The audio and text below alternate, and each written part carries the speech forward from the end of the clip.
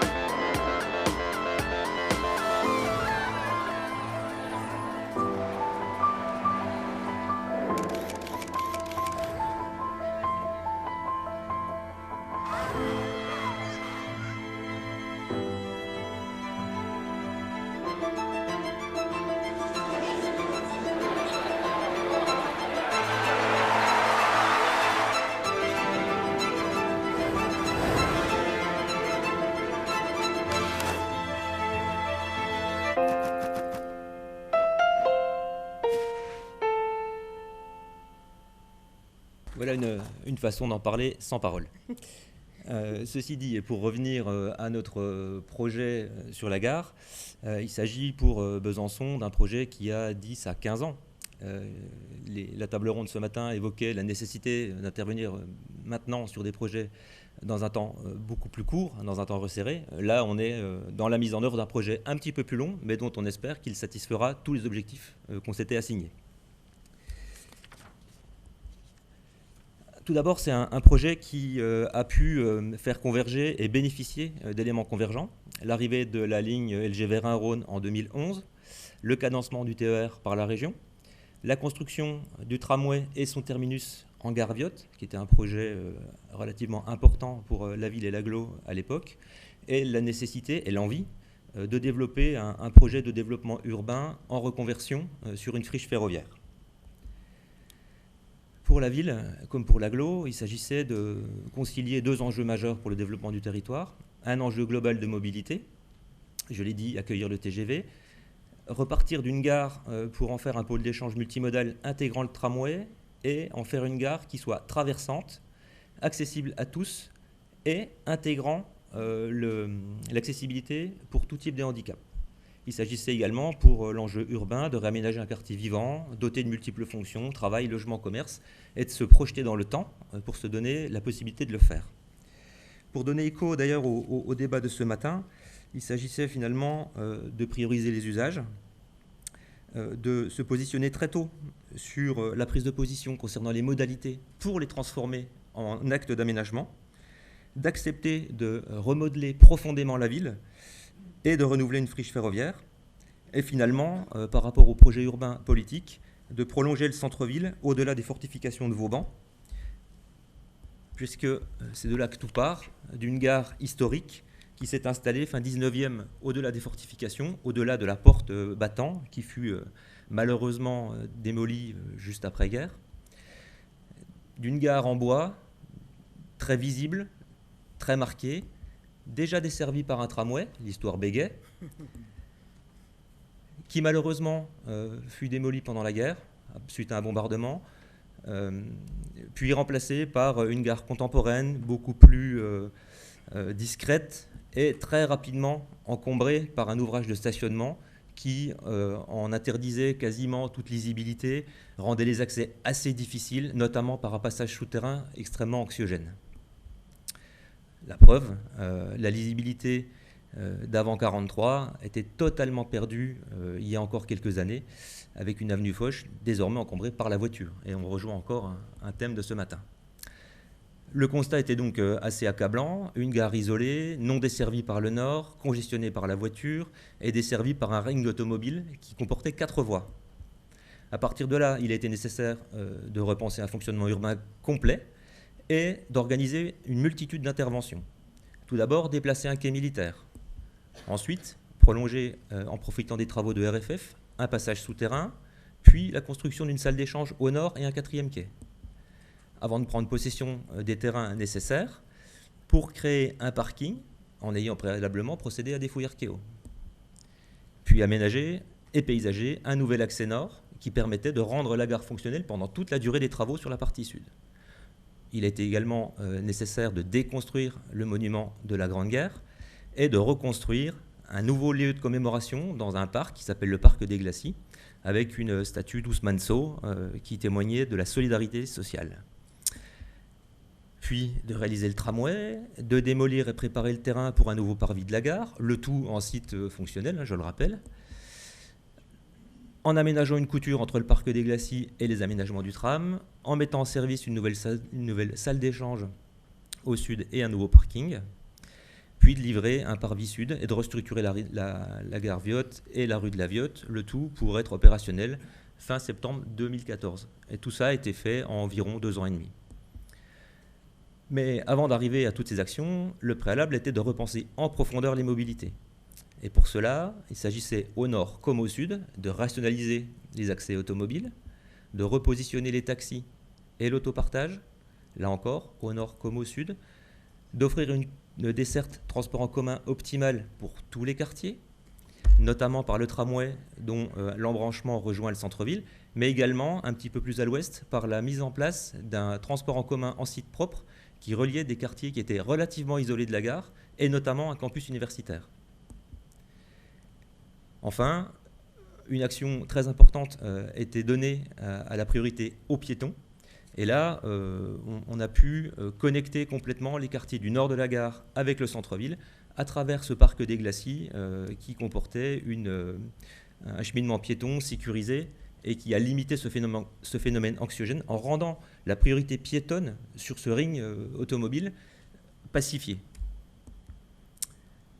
On a également évidemment cherché à favoriser les cycles sur l'ensemble du ténement foncier, que ce soit au nord comme au sud, avec une multitude de partenaires, dont je vous passerai le détail, mais des coopérations parfois un peu délicates, vous l'imaginez bien. Tout cela était les prémices d'un aménagement beaucoup plus global et nous a permis de préparer l'aménagement du nouveau quartier. Et là, on avait la première esquisse, l'idée de ce qu'on attendait. Et je vais laisser Laurence Defeuille pour Territoire 25 vous expliquer comment la suite a été donnée dans l'aménagement à travers une concession. Donc, préparer l'aménagement d'un nouveau quartier, et en particulier un écoquartier, avec un soin tout particulier sur le traitement des eaux pluviales. Ça rejoint aussi les préoccupations que nous avons abordées ce matin. Donc, que s'est-il passé ? Eh bien, donc, la société publique locale Territoire 25 a bénéficié d'un contrat de concession avec la ville de Besançon. Et nous avons donc organisé un concours avec de nombreuses réponses et des grands noms de l'architecture qui ont bien voulu travailler sur ce projet.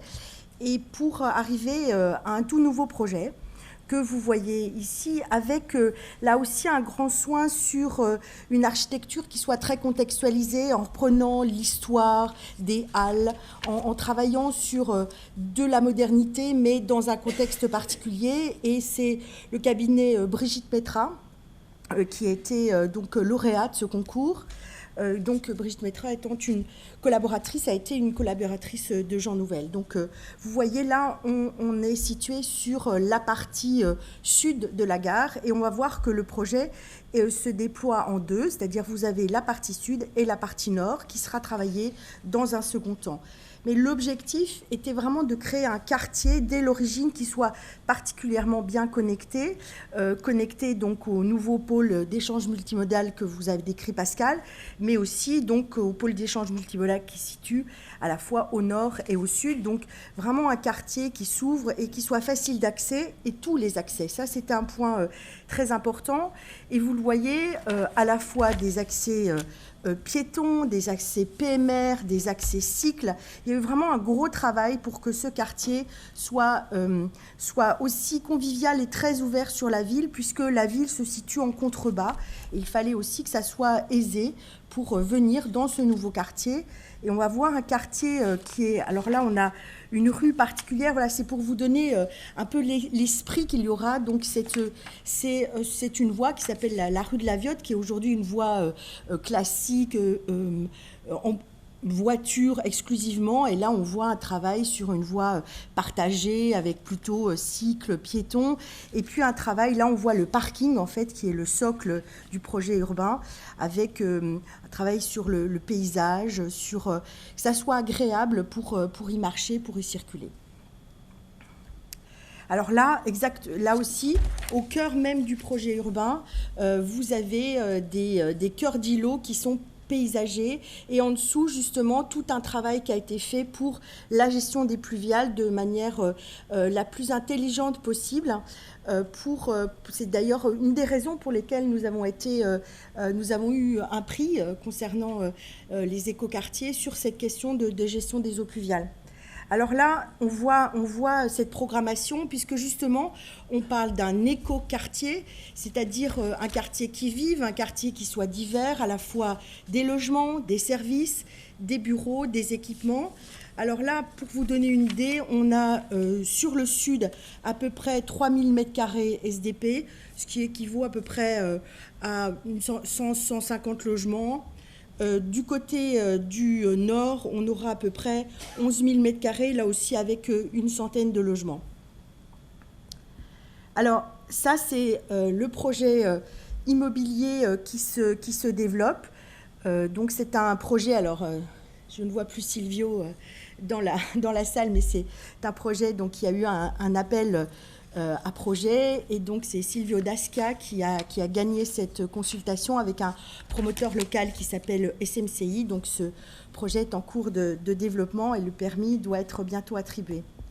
Alors pour terminer, donc ce pôle a une particularité. En fait, c'est un pôle, vous avez vu, on a parlé d'écoquartier, on a parlé de services, on a parlé de tertiaire.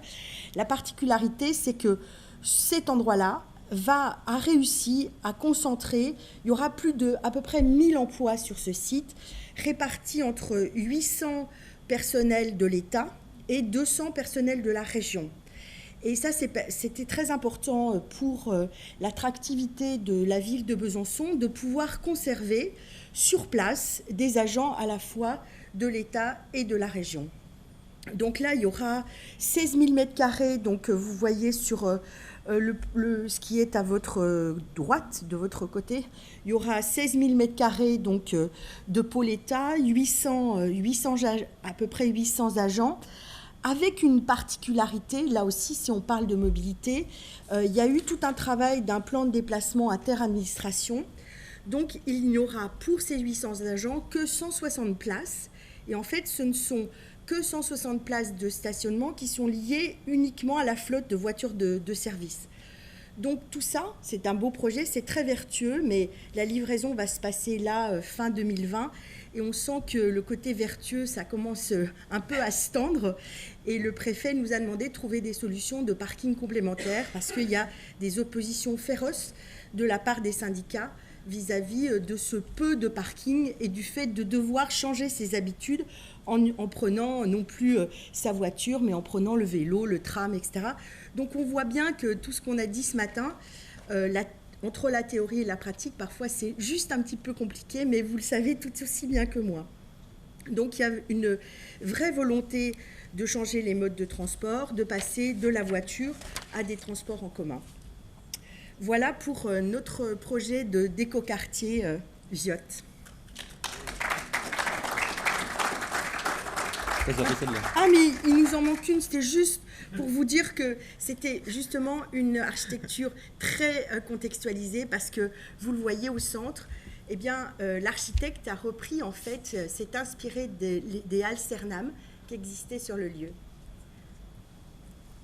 Mais le mieux, c'est que vous venez visiter fin d'année. Maintenant que vous savez que Besançon est une ville de l'Est de la France, pas très loin de la frontière suisse, On vous y avec attend. un léger déficit de notoriété.